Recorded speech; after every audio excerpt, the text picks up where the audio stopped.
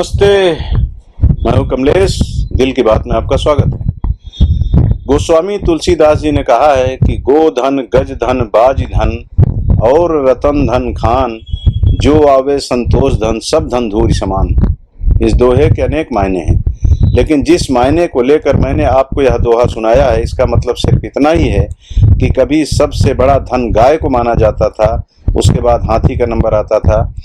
धर्मशास्त्रों में वर्णन है कि जंगल का रहवासी हाथी मनुष्य का सबसे बड़ा दोस्त और हमराही माना जाता था। अनेक कहानियां भी हम सबने पढ़ी हैं। एक फिल्म आई थी हाथी मेरे साथी, राजेश खन्ना ने इस फिल्म में हाथी के साथ दोस्ती का जो अभिनय किया था, वह वर्षों पहले जिन लोगों ने इस फिल्म को देखा होगा, आज भी उनके हृदय पर वह अंकित होगा। उस फिल्म का एक गीत आज भी जब सुनाई पड़ता है तो उसके बंद सुनकर हृदय द्रवित हो जाता है। वही हमारा दोस्त दुश्मन क्यों बन रहा है? यह प्रश्न उस समय हमारे दिलों में कौंधना शुरू कर देता है जब हाथी के पांव के नीचे कुचले जाने से किसी की मौत हो जाती है, जब हाथी फसल नष्ट भ्रष्ट कर देते हैं, जब यही हाथी लोगों का आशियाना उजाड़ देते हैं, और हद तो तब हो जाती है जब यह वन क्षेत्र से होकर गुजरने वाले सड़कों पर आकर ऐसा झूमने लगते हैं मानो संदेश दे रहे हों कि अरे मनुष्यों, आपकी ज्यादती की इंतहा हो गई है, हमारे रहवास क्षेत्र में आपने दखल देकर अच्छा नहीं किया। हमारी सदियों की दोस्ती को दुश्मनी में तब्दील करने की जो जुर्रत आपने की है, उसका खामियाजा अकेले हम ही क्यों भुगते हैं? तमाम प्राकृतिक आपदाओं का सामना करने के बाद भी आपको होश नहीं है कि आपके हाथों कितना अनर्थ हो रहा है। लगता है यही संदेश कोरबा जिले में वह गजराज भी दे रहे हैं जो आए दिन बिलासपुर अंबिकापुर मार्ग पर आ जाते हैं। यहाँ से गुजरने वाले यात्री भयभीत हो जाते हैं, वह अपनी यात्रा को रोककर हाथियों के निकल जाने की प्रतीक्षा करते हैं।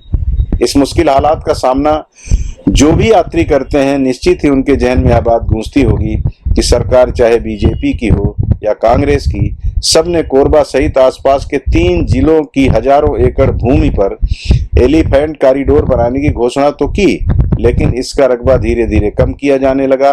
वह काफी कम हो भी गया, परंतु कॉरिडोर का आज तक अता पता नहीं है। हसदेव अरण्य को समाप्त किया जा रहा है, जंगल काटकर वहां से काला हीरा यानी कोयला निकाला जा रहा है। इस क्षेत्र में न जाने कब से जिन वन्य जीवों ने पनाह पाई है, वह बेघर हो गए हैं। वे और कहीं भी सर छुपाने और रहने की तलाश में रहते हैं। इन्हीं में शामिल है यह भीमकाय जीव यानी हाथी।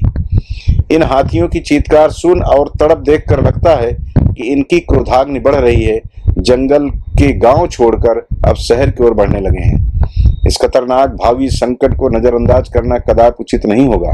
प्रयत्न करना होगा कि विकास के साथ ही जिसका जहां सदियों से वास है, उन्हें यदि हटाना भी पड़े तो उनके पुनर्वास की समुचित व्यवस्था हो।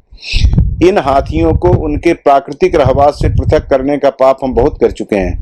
अब हमें इन्हें छेड़ने का प्रायश्चित करना होगा, वरना कभी ऐसा भी हो सकता है कि यह हाथी हमारे आशियाने को नष्ट करने के लिए समूह में आ धमके।